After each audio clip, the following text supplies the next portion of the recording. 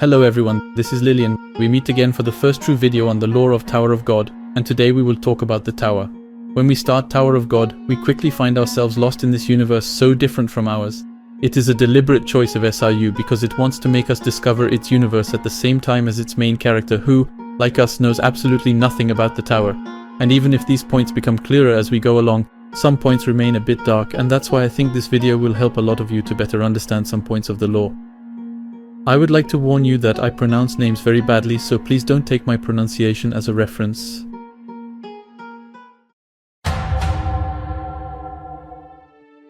First of all, if you have to understand something, it is that the Tower is the world of Tower of God.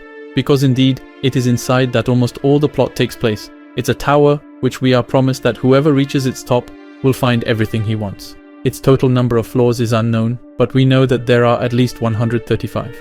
Indeed, when Jihad stopped his ascent of the tower at the 134th floor, we know that he blocked the access to the 135th floor so that nobody can go there. Note that the key to get to the 135th floor is not a physical key, because the passage from one floor to another is not done by climbing stairs but is more like a change of dimension than anything else. The 135th floor has been blocked for such a long time that by abuse of language, the inhabitants of the tower speak of reaching the top of the tower when one has reached the 134th floor, whereas, as I said, no one has ever reached the top.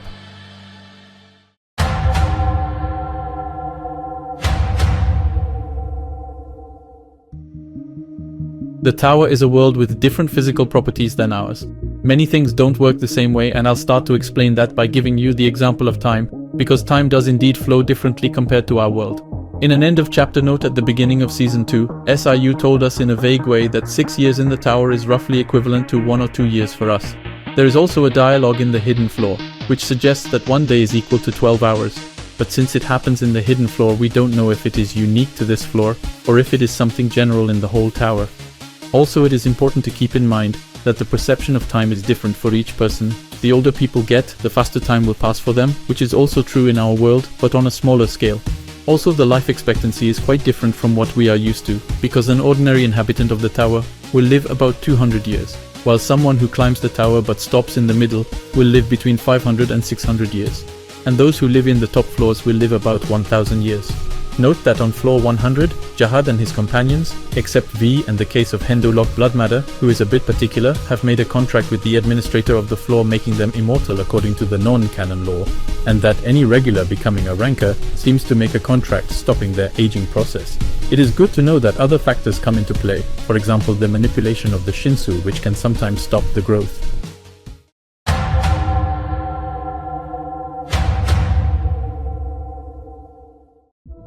As another example, we have the Shinsu that we can translate in English by divine water, a thing produced by the tower, and that is present in absolutely everything, in the water, the objects, in the cells of the human being, etc. The Shinsu is even necessary to life because it allows to breathe. If I could try to make a messy comparison with our world, the Shinsu is a little bit like the protons. All the existing atoms, that is to say what constitutes all matter, are composed of protons, and well, for the Shinsu it's a little bit the same. Well, in fact it's much more complicated than that. But you get the idea. There is a part of the non-canon lore that explains well what Shinsu is. It is the introduction of the book The Weapons of the Tower, written by Ashul Edwaru, a famous tower smith. In this introduction he writes, "Dear reader, long ago King Jihad entered the uncivilized tower and brought civilization and order to its inhabitants. He said, 'This place is too muddy.' For us who were born and raised in the tower this made no sense, but for the people outside the tower, the Irrégulars, it was something they understood very well. Surprisingly, there is no Shinsu in their world, but something called air fills their world instead. They said that the tower filled with Shinsu was too muddy and uncomfortable for them. I have never seen air, but I discovered some commonalities and differences between air and Shinsu by interviewing the Irrégulars. First, the commonality is that they both allow you to breathe. They both circulate constantly and are also both dangerous when their flow is intense, so the biggest difference lies in the characteristics of concentration. In the case of Shinsu, it resembles a gas when it is low in concentration and a liquid when its concentration is high, but it seems that air cannot liquefy even when highly concentrated. The second difference is that the circulation of Shinsu is very fluid but has no common law. The movements are all different on different floors of the tower, but it is said that there are laws in effect for the airflow. I would like to learn more about these laws, but research is slow because no irregular I have ever met has sufficient knowledge about these laws of air. The third difference is consumption. Shinsu exists everywhere in the tower. It will even exist in a completely sealed room. But this is not the case with air. Indeed, if you lock someone in a sealed room, all the air will eventually be consumed, and the person will die. That sounds very uncomfortable. If this quote from the non-canon lore provides us with a pretty complete explanation of what Shinsu is, it should still be pointed out that Shinsu is used a lot in combat like any good shonen ha. It's a bit like chakra in Naruto. Also to know that the Shinsu is not the only force a little supernatural in some way for us that is present in the tower, because indeed there is still something like a little similar to magic, and that's all there is related to spells and contracts. But I'd rather be vague again because there's a lot to talk about, whether it's contracts, spells or Shinsu, and we will do it in other videos.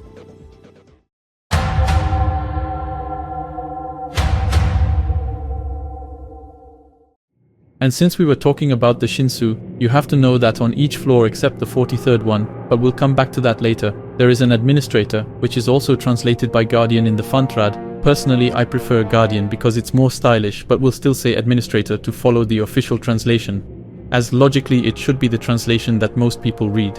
Anyway, these administrators are in fact the ones who control all the Shinsu on their floor. That's what makes them somehow almighty, and that's why they are often considered as gods. They are also omniscient. They know everything that happens in their floor, but also omnipresent because they can teleport anywhere in their floor at any time as they wish. The inhabitants of the tower believed them to be immortal until the arrival of Enryu, who shook their belief by killing the administrator of the 43rd floor. Also, they seem to be unique and irreplaceable because since Enryu killed the administrator of the 43rd floor, no creature came to replace the administrator. The administrators cannot leave their floor except for Hedon. They are beings full of mysteries which seem beyond our comprehension. Rather Lovecraftian in fact, but we know that they have an appearance, a personality and an identity of their own. We have for example the administrator of the 2nd floor who seems to have a rather light personality. We saw him making jokes for example. We also have the administrator of the 43rd floor who was mad when Enryu arrived. But there is also, and this is to be taken with care because it is part of the non-canon lore, the administrator of the 135th floor who is, according to the rumors, extremely hostile. But it can very well be an excuse given by the Empire of Jahad to the population to justify the stop of the ascension. Finally, there is also a particular case. It is about the administrator of the 1st floor, that is to say Hedon, who is rather unique. He is the only administrator to have been appointed until now. He is also the only one who can move in the whole tower, and he uses this mobility to choose among the inhabitants of the tower who will be worthy to go up the tower and thus to become a regular. Also, he seems to hide a lot of things. We saw from season 1 that he was not neutral, and even if we ignore his goal as well as the one of the other administrators, if they have one, some clues suggest that he may be the real mastermind of the story. As far as the non-neutrality of the Guardians in general is concerned, we already had several examples. Like I already told you about Hedon, there is the example from the beginning where in the end, by manipulating Rachel, he helps the Fug to pass Bam off as dead with the complicity of the administrator of the 2nd floor. And by talking about him, he confirms his non-neutrality and a little bit his opposition to Jahad, by helping Evankel and Hansong Yu to escape from the 2nd floor and to reach the last station to help Bam to run away. It is also important to know that the administrators allow the creation of contracts that I had vaguely mentioned earlier and which are a kind of special powers or privileges. There are various contracts. For example, the most famous is the contract of royalty of Jahad that he made with all the Guardians and that prevents anyone from killing him. There is also, and this is to be taken with care because it comes from the non-canon lore, the contract of immortality made with the Guardian of the 100th floor which I mentioned earlier. There is also another contract that is part of the non-canon lore. It is a contract made with the Guardian of the 2nd floor which allows Hansong Yu to replace Evankel in case of emergency in his position of governor. But the most important contract is the contract of use of the Shinsu, because indeed it is a contract that all the regulars have to make with the administrator of their floor. Because those who do not make it will not be able to use the Shinsu, and it is also valid for the weapons which use the Shinsu. They also have to make a contract. But what changes the game is that the Irrégulars are free of any contract. That's why Bam can use Shinsu as soon as he arrives in the tower without making any contract. Moreover, when he makes a contract with the administrator of the 2nd floor during the position test, the administrator warns him that this contract would act more like chains for him. It is moreover this non-submission to the contract which makes that only the Irrégulars can kill Jahad, and it is for that that the Fug wanted so much to put the hand on Bam. But the role of the administrators is above all to enforce the rules of the tower on their floor, even if in fact they rarely intervene and are quite permissive. You have for example the administrator of the 21st floor who sees Jinsong and Karaka talking in the zone reserved for the regulars, so a zone where they don't have the right to be. but he's just going to growl a little bit and tell them to get out of there nicely. In fact, they seem to intervene really for the very important things we'll say. We know, for example, that Evankel and Kelhelm can't use their power to the fullest because they say they're afraid to alert the administrator. In general, he leaves all the work to the governor, who we'll talk about right after. But before, I would like to talk to you about what happens when there is no guardian on a floor. So simply floor 43. And while it seems that the Shinsu becomes much less dense, which makes the living conditions extremely difficult. We know that most of the people who lived on the 43rd floor died after the death of the administrator, and that those who had survived suffered from aging and lack of food. And that's why they created a room where they stored the souls of all the inhabitants in order to make them somehow immortal. We also know that they managed to readjust the concentration of the Shinsu by using the blood of the administrator's body. After that, for all the details of the impact of the absence of the guardian on the 43rd floor, I think it's easier for you to read again the Arc of the Floor of Death to have more precise explanations.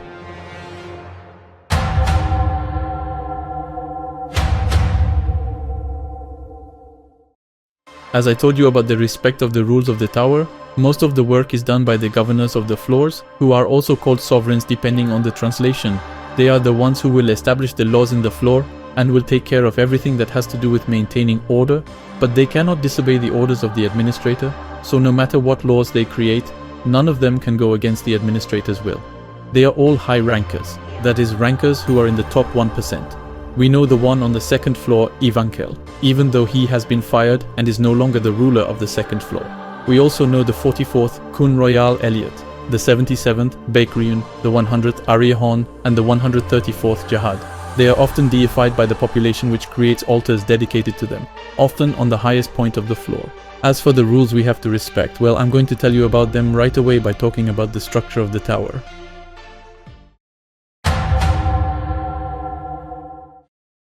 So in fact, you have to know that the tower is divided into 3 parts. There is the outer tower, the central area, and the inner tower.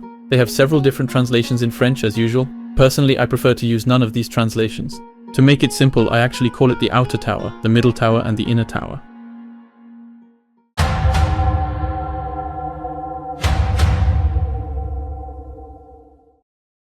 The outer tower is where most of the tower's inhabitants live. It is where almost all non-regulars live. In the non-canon law, it is said that the area of this zone is on each floor equal to the area of America or just North America, depending on the source. That the culture, the environment, the ecosystem, the climate, etc. is different in each floor and is dependent on the will of the administrator or governor. It is also known that even though Jahad has conquered the whole tower, these areas are so vast that some civilizations, some groups, some countries are completely isolated from the rest of the tower and know absolutely nothing about the tower. Sometimes they don't even know about the empire of Jahad, they don't know about the regulars, about the rankers. They don't even know that they are in a tower actually. So you see the principle.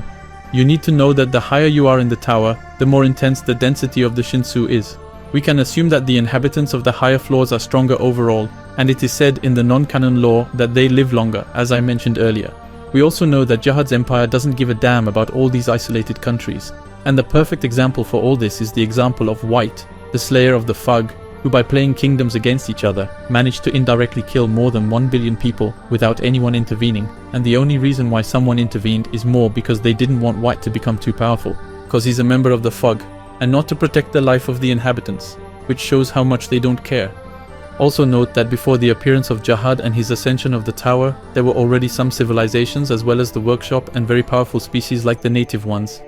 That's why we can imagine that above the 134th floor there are also civilizations, but that they have always been isolated, like when before Jahad conquered the tower, and we can even imagine that there are members of the workshop, knowing also that the floors are isolated from each other. So you can't technically leave your floor if you're not regular, and so that most of the tower's inhabitants live and die on their own floor.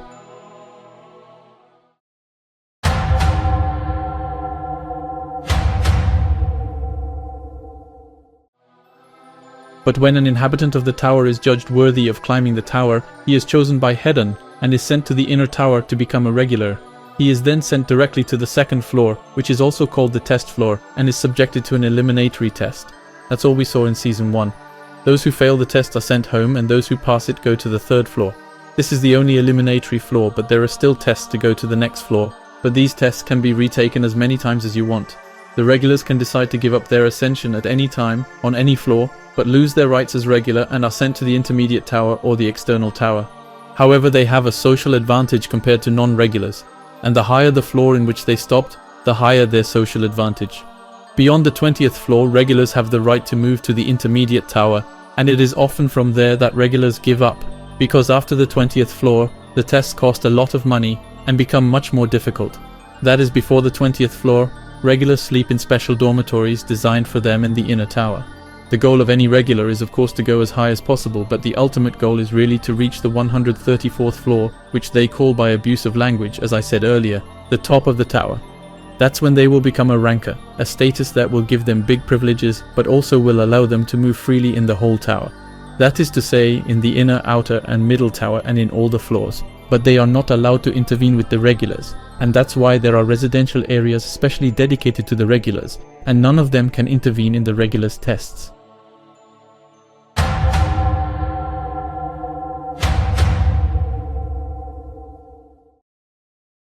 The intermediate tower is the link between the outer and inner tower. The non-canon law tells us that its surface area varies, but it is smaller than the outer tower.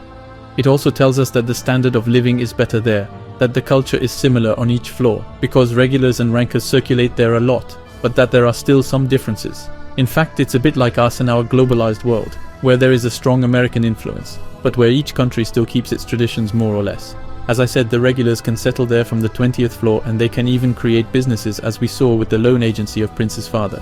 We also know that it is a big commercial transfer zone and that it attracts thieves. We have the example of the thieves with Serena in season 1. It is forbidden to have children there in general. I say in general because some rankers of some families are allowed to do so. And this prohibition is probably due to the fact that it is an area that technically should be allowed only to regulars and rankers, and a child by definition is neither one nor the other. All the inhabitants of the tower are in fact born non-regular, and that is why in this zone many illegitimate children are abandoned. Moreover, we know that among these illegitimate children, many are the results of rapes committed by the members of the 10 great families, who take advantage of their status to do what they want without suffering the consequences, as Angel explains in the Train to Hell. Some of these children, even babies in general, are sold to the workshop which will use them as guinea pigs for experiments on humans. As with Horyang and Kasano, who will be the only survivors among 10,000 children for experiments conducted on their bodies. It also seems that the rankers use the stairs of this zone to go from one floor to the other, but it seems possible only when accompanied by a guide. That's what the arrival of Yuri and Evan on the second floor at the very beginning of the story implies.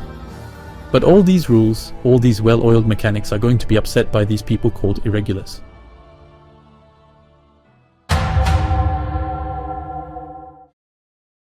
Well, first of all, just to be clear, the regulars are the inhabitants of the tower chosen by Hedon to climb the tower.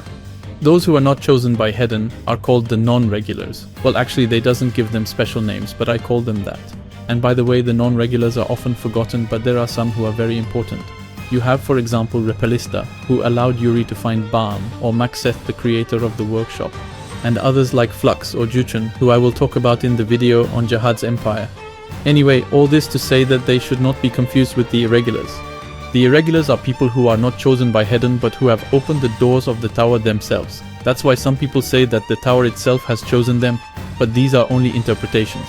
When an Irregular enters the tower, he is sent to the first floor directly and has to pass a test that Hedon gives him. And they are the only ones to whom he gives a test. You can say that Hedon's test on the first floor that is given to the Regulars is simply being chosen. Anyway, it is commonly believed that every time an Irregular has appeared in the tower, it has brought great changes and chaos in it, and that's why they scare all the inhabitants of the tower. According to Alumik, the tower does not open its doors to anyone. It only opens the door to something that it needs: stability, change, evolution or freedom.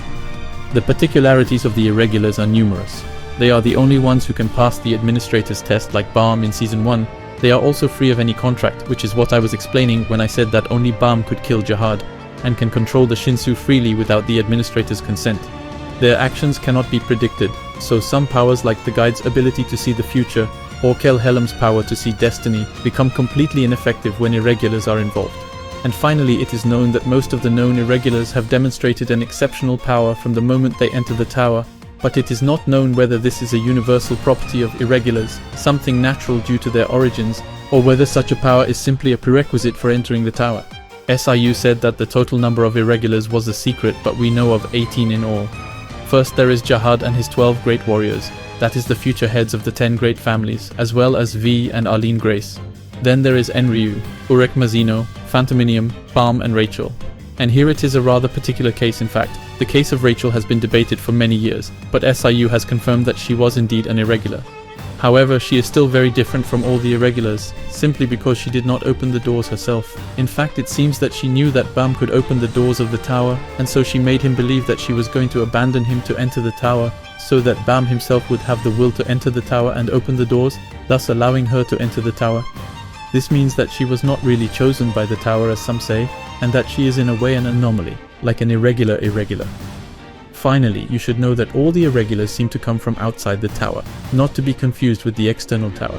And this is what I will explain to you, because yes, even if all the plot seems to take place inside the tower, the existence of a world outside the tower is confirmed.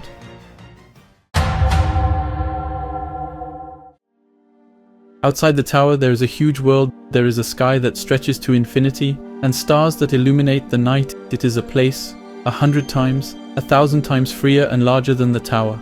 Imagine that such a place exists. Do not you think that everything you desire is trivial? These are the words of the irregular Urek Mazino when he speaks to Balm in the 32nd chapter of Season 2. Almost nothing more is known about the world outside the tower, and despite the fact that the irregulars are all from the outside, even they do not know how to get out of the tower. We know from Ashul Edwaru's books that there is no Shinsu outside the tower, but air instead. We also know that the cave in which Balm was located is also outside the tower. And finally, we know that according to Maxeth, the workshop also exists outside the tower, although we have no idea how he could know this. There are rumors that Pobidao Gustang knows a way out of the tower, but the only person known to have managed to get out is Arlene Grace, who was able to get out with the corpse of her child, and who, once outside, gave her body to what she calls the god of the outside, who resurrected her child, who is none other than Balm. That's it for this time. I've skimmed over a lot of subjects because they deserve a dedicated video.